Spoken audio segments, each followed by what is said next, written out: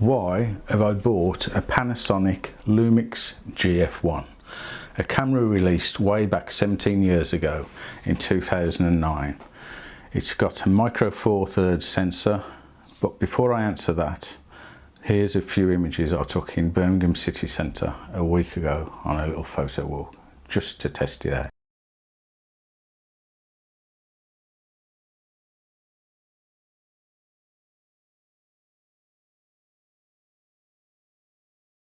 Now, I've always dismissed micro four thirds cameras mainly because of the size of the sensor, and you just get a feeling that you'd get better images out of an APS-C camera or a full frame camera.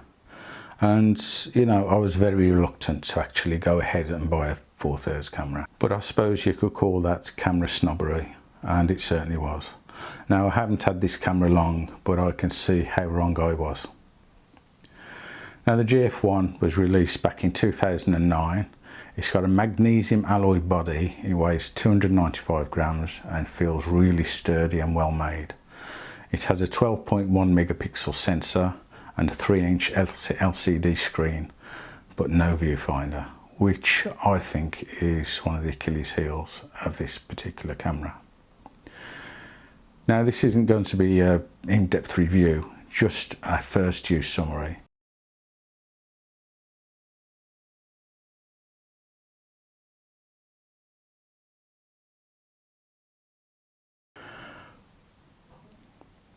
When the camera was first released, body only, it cost £505. When the camera was first released,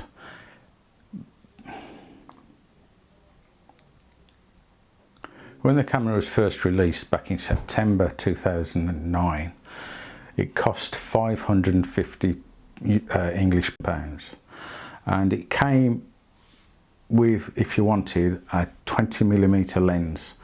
And that was £783 back then, or in today's money, £1,363. I actually paid a whopping £90 for this, and I paid £139 for this Olympus Zuiko 17mm f2.8 lens, and this is quite a nice little compact, very capable lens. So that's a total of £229 for camera and lens.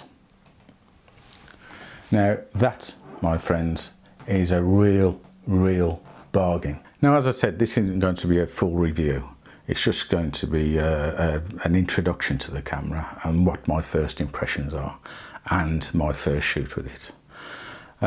Now, in terms of the basic specs, it's got an ISO range from 100 to 3200, a shutter speed range from 1/60th to 1/4000th.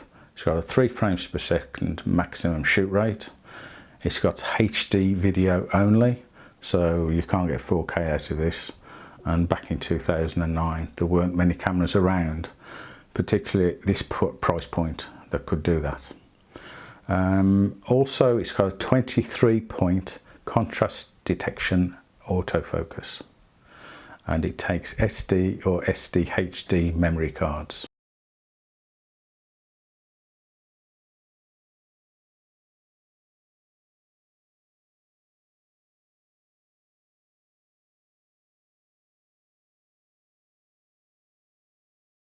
So before we look at any more images, what are my thoughts on my first photo walk with the GF1? Well, I actually used a camera strap when I was walking around Birmingham shooting, and this is probably the best way to go about using it. You could just do away with the strap and just carry it by hand, but it just gives you a little bit of security to hold, and you've got full access to everything. Just hold it like that, and then you can mess about with the setting. And walking around with this camera, taking the pictures, it's got a real weight and the metal body. Now, I shot all of the pictures you're going to see, and it's also my go-to way of shooting normally, and that's aperture priority. And it was a very sunny, bright day, and this showed what I would say is the Achilles heel of this and other screen-only composition cameras, because the sun made it really difficult to see your composition. In fact, it was almost impossible to shoot using the screen, and sometimes you just had to take a guess. But as you see, most of the pictures turned out quite well. Now I'll set the focus point to the centre of the image and then recomposed if necessary. So here's the rest of the images, then I'll summarise my thoughts on the Lumix GF1.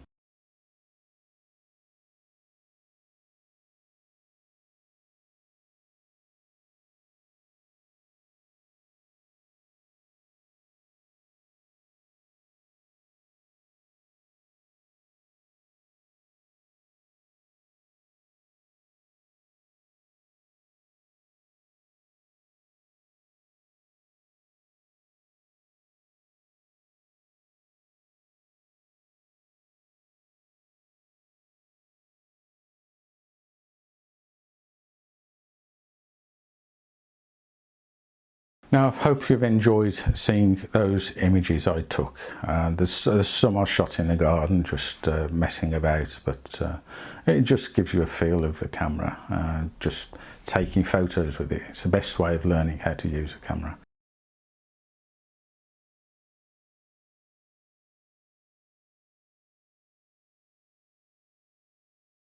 A vast array of micro four thirds sensors out there, and many of them are quite cheap. It's got a pop-up flash. Not that I've used that yet. It's pocketable.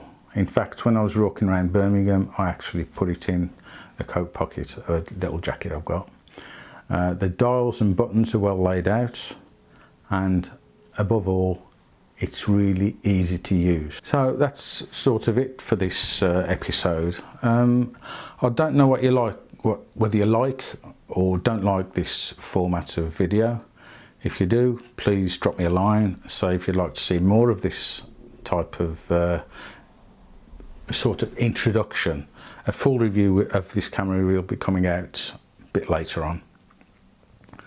So yeah, thanks for watching.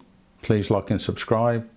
Loads more reviews and photo walks are coming your way. Bye.